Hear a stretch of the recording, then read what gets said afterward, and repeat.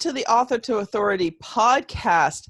And today I have a very wonderful guest on the show. And I met Brenden yesterday. And he applied to be on the show. And I was so impressed by what he told me that I knew he needed to be on the show and share on his heart, what's on his heart with you. So Brenden is the founder of MasterTalk, a YouTube channel he started to help the world master the art of public speaking and communication. He coaches purpose-driven entrepreneurs on how to master their message and share their ideas with the world. And when he started working with C-suite executives, he was 23. So you're in for some really good stuff. So welcome to the show, Brenden. Thanks for having me, Kim. That was a really good introduction. Gee, I read really well. Which means you write very well. Uh-huh. Yes, I do read the bios on the show, and I try to make it sound like I'm just talking. But the truth is, I do read the bios because you guys all write very good ones. So, Brenden, you tell us a little bit more about who you are and what you do. Absolutely. So like you mentioned, I make YouTube videos on public speaking through MasterTalk, and how I got started was when I was in university. I used to do these things called case competitions. So think of it like professional sports, but for nerds. So while a lot of my friends, played football or watched college football or soccer or rugby and ate chicken wings, I still ate the same junk that they did, but I wasn't watching college presentations. I wasn't watching football presentations. I was watching people present. And that was my life for 3 years. Day in, day out, I'd be presenting, solving business problems for different companies. So by the time I'd graduated university, I'd present over 500 times, coached multiple dozens of people on how to speak better, communicate their ideas, and I had a great job in corporate. But when I looked back at my life and I started, making good money over there, I kind of just said, how do I make an impact in the world? How do I make a bigger difference? That's when the idea for the YouTube channel came to me, because I realized that a lot of the content, frankly, sucked on YouTube. So I wanted to make a difference there. So I know we talked about this before, but share with the audience, talk a little bit more about these competitions, because when you told me what you had to do for these competitions, I was incredibly amazed at, what you were doing at such a young age. Yeah, it's pretty insane. Think of it like a subculture within a subculture. So the context for these competitions is simple. Business gives you a problem and you have to solve it. So let's say, for example, McDonald's comes up to us and says, Kim, Brenden, there's a lot of these hippie people who are eating salads all the time. I need them back into McDonald's eating hamburgers, fries. What can we do about this? So this is an example of a problem, like a prompt. So how do you solve this? So obviously, we can do things like, introduce healthier options, like with the salads and things like that. So as a team, we have to do the following. Read a 20-page document that outlines everything about the company. Make slides on the situation that's occurring.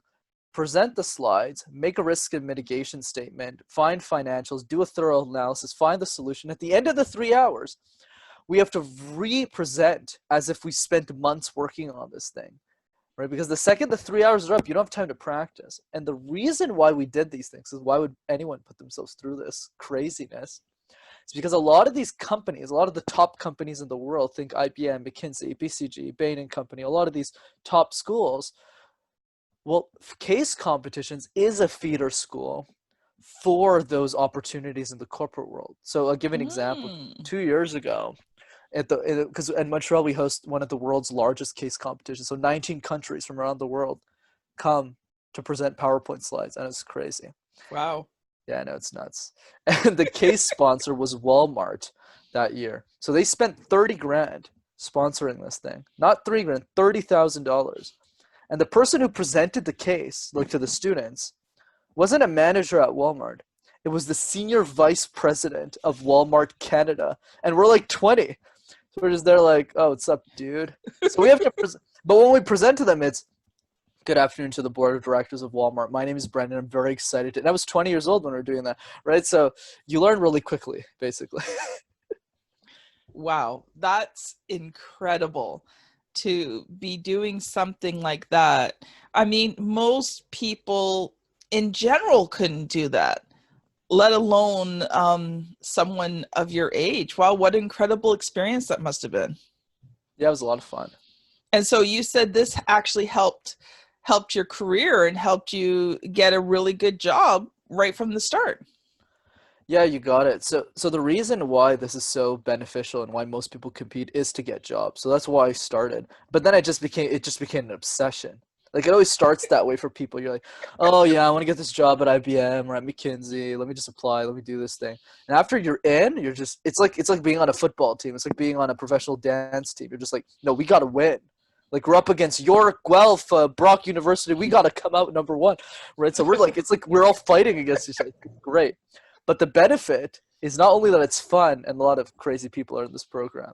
Think it's like 80 people in this program. 400 people apply every year. 80 people get in, and there's 8,000 students in our faculty, and Wow. almost all of them get like 3 to 5 job offers after they graduate.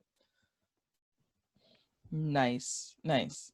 So are you still working in a corporate job or are you just solely an entrepreneur because you do have that entrepreneurial element? You got it. I'm side hustling MasterTalk for now, but it's quickly replacing my income. So I don't think I'll be there for a while, but I really enjoyed, I got the dream job I wanted and it gave me that flexibility to think outside the box. So I do both at the same time. That is so cool. And you know what, that's the thing with being an entrepreneur. Everybody has a different journey to get there.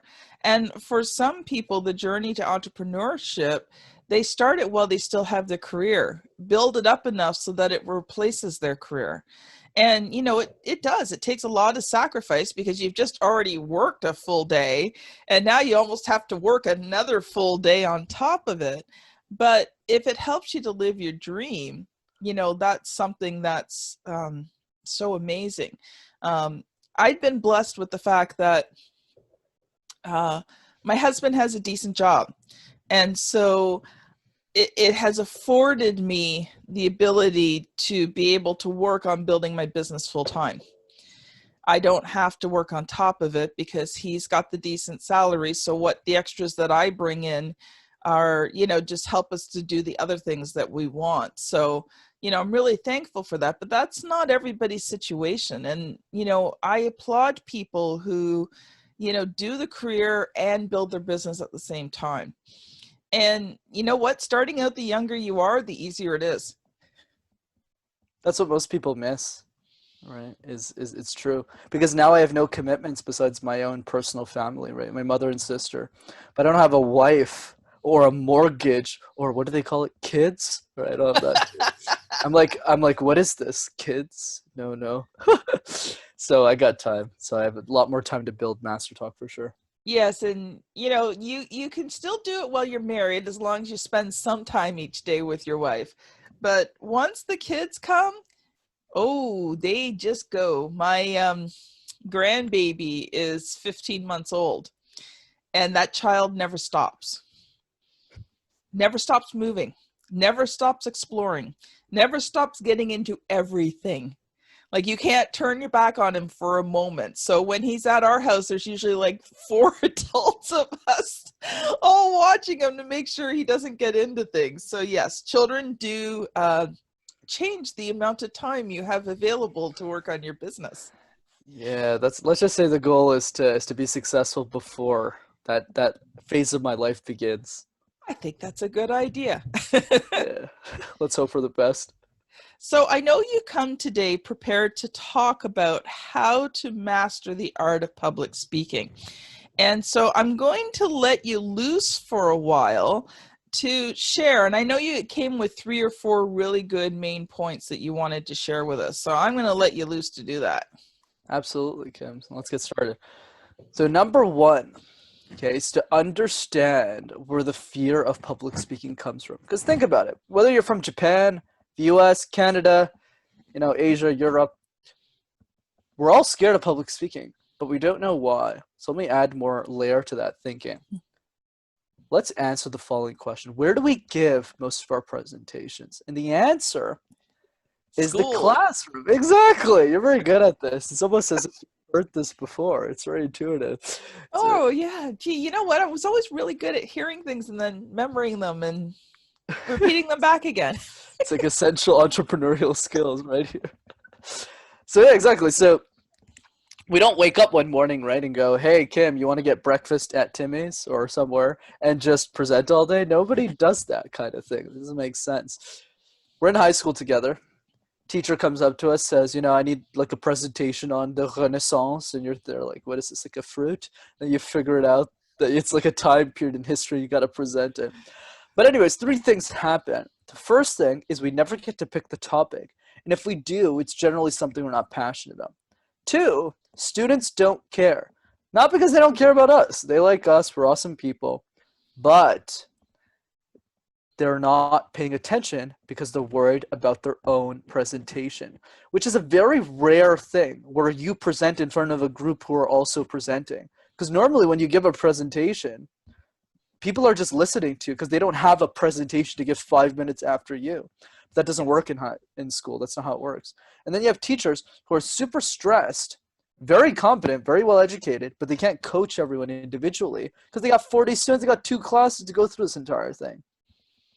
So when you're not picking the topic, when your students don't care and the teachers are too tired to coach people and too stressed, this behavior gets perpetuated in all of our presentations because we give all of them at school. Math, sciences, art, music, gym, English, French, languages, on and on and on and on. We're taught to believe that public speaking is a chore. It's a responsibility. It's an obligation. It's tied to a grade, or for at work, it's tied to a result, or else we'll get fired. Instead of looking at communication for what it's supposed to be. A way to share an idea, a way to make a difference, a way to have a conversation, a way to have an impact. So once we shift that mindset, by the way, this is why people in theater love public speaking, not because they're smarter than us, not because they're more extroverted, but because their perception of public speaking is different. When they look at public speaking, they say, yeah, it gives me an opportunity to like perform and entertain and add value to teach a lesson. Whereas Eric, who's valedictorian of his class, 15 years old, studies books all day, goes, this presentation thing, not for me. Don't like this thing. And every time I think about presentations, I think about my mom, and it's not very cool. You get it? So it's like a different perspective. We got to change that. Well, like I shared with you before, I was doing in school, we did our first speeches like grade 4 or 5. So I was like 9, 10 years old. And just like you said, the teacher didn't have time to teach you. I mean, it was one of those things that we had to do every single year. Teachers hated it. The students hated it. The teachers did it because they were forced to, because there were speech competitions. So you had to have a class competition and then a school competition, and then they went on to the next level. And so nobody wanted to do these speeches. And I can remember, doing my speech, and if I could just have read it, it would have been really good.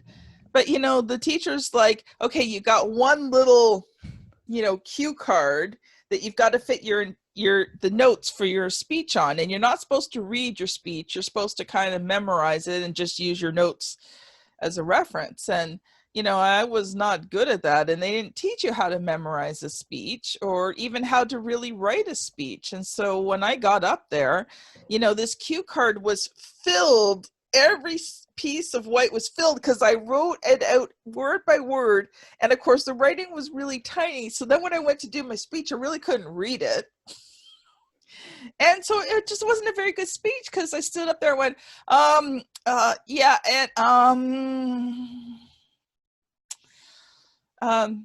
and looking down at your cue card, trying to think of something to say. So, and then of course, kids would start to laugh, and, your self-worth is basically in the dumps. And yeah, exactly. It's like, itty bitty bitty. And so, for me, that developed a fear of public speaking. And it was something that I carried with me for a long time. And it's only really been in the last few years that I enjoy it. I've done it many times over the years, but the last few years I really enjoy it now, and I love getting up and talking in front of people. And it's because, like you said, I get to go up and share something of value to me and something that I know is going to be valuable to the other people. And to be honest, I really don't care what they think about me anymore. They don't That's like me, awesome. so what? I got a whole group of people who love me. What more do I need? That's the key. Barry, Ontario represent. That's the way. But yeah, exactly. I agree with you. We need to change the way that we think about public speaking, and especially the fear, because once we realize that the fear, as you will demonstrate with your amazing example, the fear is not our fault, ever. It's the institution and the curriculum's fault. The system that we grew up with is the issue, not the person, right? Like I grew up in a French education system for people who are listening. That means not, and I don't speak French. So that means I grew up uncomfortable with presentations and presenting them in a language I didn't even know. So when I was in grade 4 and 5, not only was I stressed with the same 67 word cue card as you were, I didn't understand the cue card because I didn't speak French. So it's like what you did, like times 10. So if I could figure it out, I'm sure everyone who's listening can figure out how to master their talk. So I know you have a couple other points there that you wanted to share as well. Of course, I was just waiting for your segue there. But anyways, so part 2. I thought it was like a chemistry we have going on. So I was like, okay, it's a Canadian thing. Anyways, so 2. The second thing that we need to do is figure out how to overcome our fear. How do we solve for this issue? Because if all of our presentations are at work or at school, how do we create an environment where we do present something we're passionate about and we see and view public speaking as something interesting? And here's an easy solution for entrepreneurs. This is what I call the repeatable presentation. So present something you're passionate about that you can present hundreds of times. Because the secret that the best speakers in the world don't tell you is that, yeah, they present a lot, but they only present 1 or 2 presentations. Because if you present 10 presentations, you're always asking yourself the same question for each one, which is, yes, what content should I put in here? What content should I put in here? And over again. But if you're only presenting the same presentation 10 times, now you're asking yourself a different question, which is, what emotions am I conveying here? Does my audience actually understand me? Should I talk to them? Should I think about them? And then that's how the presentation morphs over time. So if you're an entrepreneur listening, your presentation that's repeatable is super simple. It's your business. Tell us your vision. Tell us the mission. Tell us what you're trying to achieve. And answer the following question, which is, how would the world change if every single human being who needed your service used your service? That's how you can imagine that world for people. So for me with MasterTalk, if everyone in the world used my communication tools for free to master their talk, everyone would share their ideas with the world. And if everyone did that, we would all realize that our ideas matter and that we matter. So that's the world that I'm trying to create. For you, it's more people would be more successful with their book launches. They would have better businesses. They would be able to take care of their families, etc., etc. Loop continues. Authors, simple, right? It's the book, right? You talk about the book. And there's a lot of speakers you can think about to kind of help you mold that. Some examples that come to mind is Scott Harrison, who's the author of Thirst, which is his personal memoir. He speaks on the book 100 times a year, I think is a great analogy, and obviously Seth Godin, of course. So I think those are 2 people we can take a look at as benchmarks. So that's the repeatable presentation. And if you're not an entrepreneur and author, just to give a side note for the 10% who aren't, doesn't mean you can't implement this. You know, I get the same question all the time. You know, Julia comes up to me and says, well, Brenden, I work at a bank 9 to 5. What's repeatable about that? Like I got projects and the projects change and it's not interesting. And I go, well, Julia, what are you passionate about outside of work? Then she could say, you know, I love to bake. I love to run marathons, you know, Spartan races or something. Say, exactly. Present on that. And she goes, what do you mean? Go, what do you mean? What do I mean? And I go, make a presentation on how marathons transformed your life, nutrition tips, health tips. And if only one person takes action on your ideas, you'll get addicted to presentations. Because if somebody goes up to you and goes, hey, Julie, I know your name's not Julie, I'm just using it as an example, in case you were worried. You're like, my name's Kim, like, what's going on? So let's say we come up to Julie and we say, hey, you know, Julie, I went on a run this morning because you really inspired me. What Julie is going to say is, how can I inspire 10 people like Kim or Brenden or John or Josh? And that's what happened with me. When I started communication, I've presented my keynote probably 300 times now, and I'm not exaggerating those numbers. That's what it takes to be great. When I was doing the first 2-3 times, it was like to my mom and my sister, and then now I speak to more than that, right? It's continuous. Then last thing, unless you want to interject there, just want to.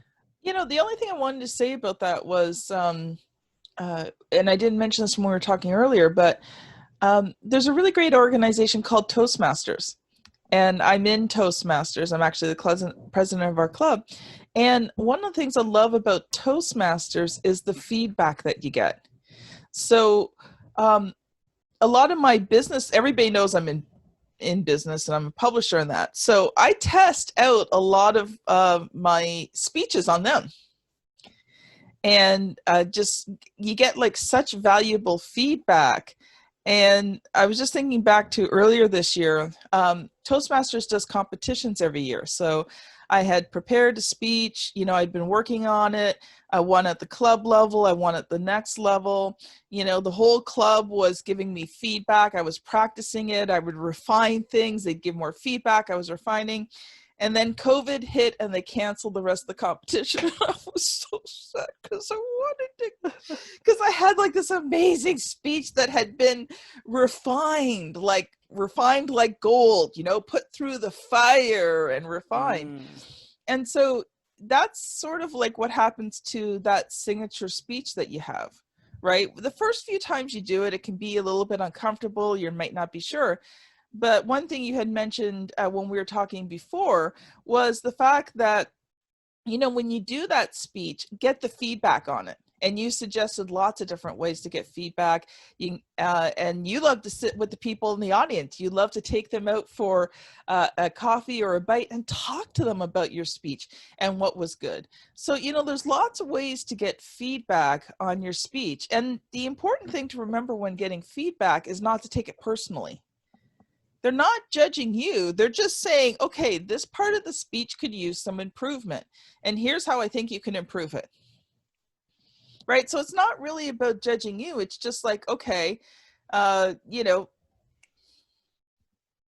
maybe if you said it this way, it would have a little bit more effect. Or maybe use this word. It's a little bit more delicious than this word, right? So when you do that and you don't take it personally, over time, you can craft an incredibly powerful speech. Yeah, absolutely. And I completely agree with everything you mentioned. It's really good stuff. Okay, segue back again. So one thing I wanted to add for Toastmasters, I'm a huge advocate for it as well. I think it's a very inexpensive way of joining that type of community and having that accountability, because speech coaches are really expensive, right? So I definitely recommend that. Another thing I want to say is I also want you to develop an elite presenter's mindset. So what does that mean? It means, no, the competition is not canceled. It means you have another year to prepare for it. So keep practicing. Ooh. Right? Well, I do have it all sitting there, and everybody in the club said, Kim, you better keep that speech because we expect you to. Yeah. But trust me, no speech is ever perfect. So you got to keep practicing it for another year. So that when you come back next year, while everyone else is sleeping and sad and like, oh, I don't want to practice, you're just going to annihilate them. Thank you. I'll receive that. Yeah, that's the key. That's the key. And one thing I want to say about feedback before I go to point 3 is, yes, being open to feedback is definitely important. And I'll even give you an extreme example that you'll never have in your life, but it explains why I'm at the level I am, at the age that I'm at. So how the competition program works with the coaches, I say this a lot, but you kind of get the extra bonus, is most of these coaches are senior executives. Mm-hmm. And the reason is because they're alumni of the program. So when they graduate, they're like in the top 1% of the business faculty. So when they get their job offer, they climb up the corporate ladder really, really fast. And then when they get to the top, they give back to the program. Right? In the same way, I'm still a coach for but the way that they give feedback is very different than most humans. So let's say, because for them, like the evenings, they could be spending time with their families, like their one dinner a night, and they skip it to come to the university and give feedback. So if you don't do a good job, it is not, even if you do a good job, it is not fun. Trust me. I remember, and this is what's fun too at the program, because I joined when I was 19, the first year. I was there my whole university career. Basically, I did a 3-year with the program, and which is rare. And the yeah, because it's crazy. But anyway, so I get there. I'm 19. You know, I think I'm really cocky. So I'm one of the 80 people who got in, and I do the first prep with my coach, and he just looks at me and he's like, and he just starts laughing, and he's like, "You call this a presentation? Why are you wasting my time?" And I softened that a lot. There's a lot more swearing there than it should. And Thank you, because this is a G-rated yeah, podcast. don't worry. I know Barry Ontario. Don't worry, it's Canadian. So, anyways, I'm sitting there. I mean, I'm standing there, like, whoa. And just to give people another idea for feedback of how intense this is. So, in this fall semester, there's a whole class, university class, that's accredited by the school.